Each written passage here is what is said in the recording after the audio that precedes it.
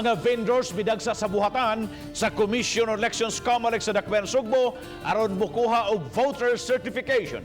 Inay maminaw sa awhag sa taga-COMELEC ang mga tao naghugop na hinuon ug ang social distancing. Wa na gyud masunod. Market Authority mangita na lang sa business permit inay sa unang gipangayo nga voter certification. Ani ang report.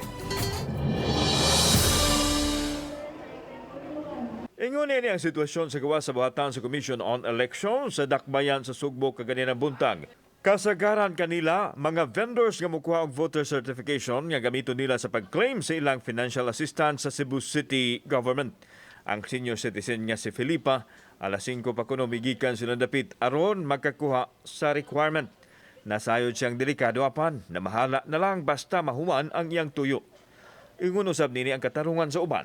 Magsulat ka dere. Oh. Ha? Hindi ka. Na ako'y voter certification, sir. Daan man. Dili ni pwede. Wa may mahimuan na sir, magpaugat mi dire. Eh, para sa sa ni pamilya ko. Nasurpresa mismo ang magkawani sa COMELEC sa kadaghan sa mga tao nga midagsa silang buhatan.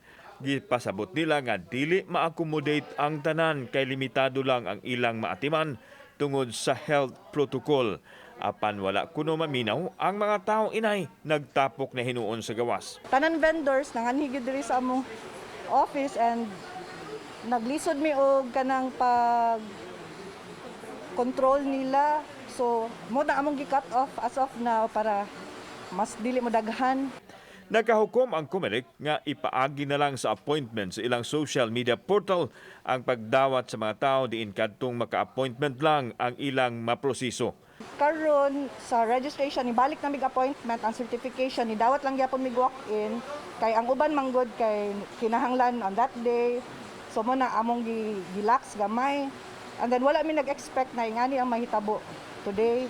Samtang sa phone interview sa Pangulo sa Market Authority sa Cebu City, giingon nini nga mahimo nang dili makapresentar og voter certification basta makapakita lang og business permit ang mga vendors. Hangtod sa Enero 30 pa ang deadline sa pagpanghatag sa cash aid sa mga vendors. Kauban si Marlon Melgaso, ako si Alan Domingo. Balitang Bisdak.